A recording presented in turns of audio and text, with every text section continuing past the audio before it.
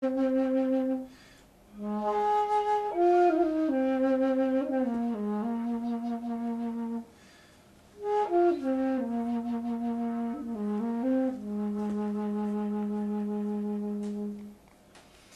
morning, welcome to Raven Wing Flutes. Today we're going to talk a little bit more about the rim-blown flutes, and we're going to talk a little bit about scales, because these are different from your traditional Native American style flutes with the piece on top, in that you have the choice of two different scales, a major and a minor one. So let's talk a little bit about that. We'll review a little bit. If you remember last week, we talked about the embouchure, and we talk about, you know, how to get a sound out of it by stretching your lips, making that silly little smile.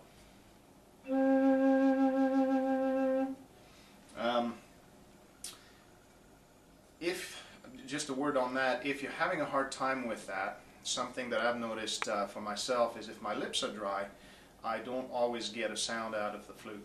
So make sure you're hydrated, and if all else fails, you can use a little lip balm or something like that, and usually that will do the trick if you're having a hard time for that day.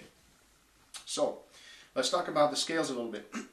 I'm using today an Anasazi style flute that I just finished last week. It's a 6-hole flute, just like the flute that we used the other day. Most of the Anasazi, well, all of the Anasazi style flutes are going to be 6-hole flutes, and most of the Hopi style flutes are going to be 5-hole flutes. Now, if you'll remember, the only reason I added this hole is really not traditional. That's just kind of my little modification, so I apologize to the Hopi people for, you know, if I've offended anybody. But I figured that it is basically adding that hole gives you the same scale capability as the Anasazi style flute, which is the only reason that I did it, and it was just an experiment. So okay, let's talk about the scales a little bit. I'll give you an example, and then I'll show you how to do it. Here's the major scale.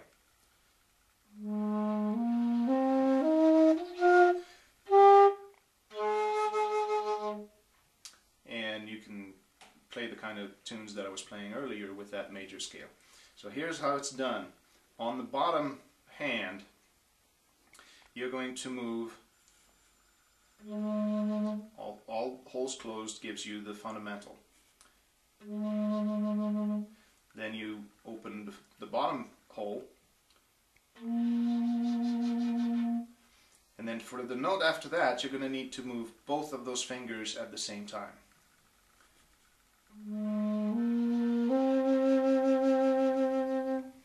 Okay, and then after that it's just one finger at a time.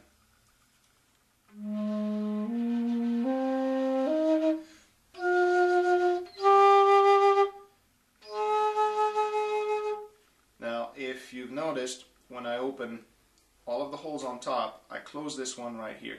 That is not strictly necessary. It doesn't affect the sound, by the way, but it does affect your capability of holding the flute, and I've had that happen before when I was learning how to play this, where the flute would just kind of would lose control of the flute because all of my top fingers were open.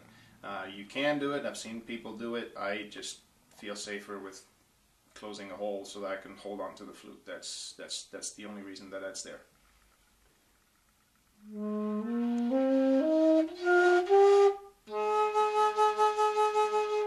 Okay, from there, after that, pretty much these 3 fingers, for the octave above that, these 3 fingers are going to remain closed. And you're going to achieve the octave above that mostly with your lips. So, let's start that.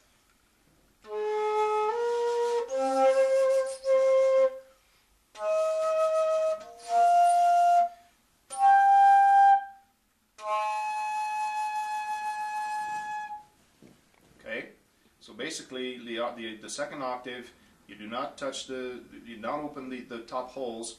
It's all played with the bottom holes. First note, second note, third note, and again. And you jump to the octave by using your lips. Let's try it again.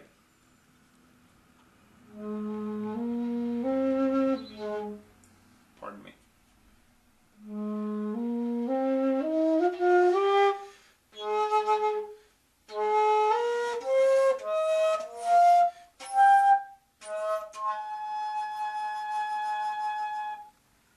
Okay, that's about it for today. The next session is going to be the minor scale, and a few differences on there.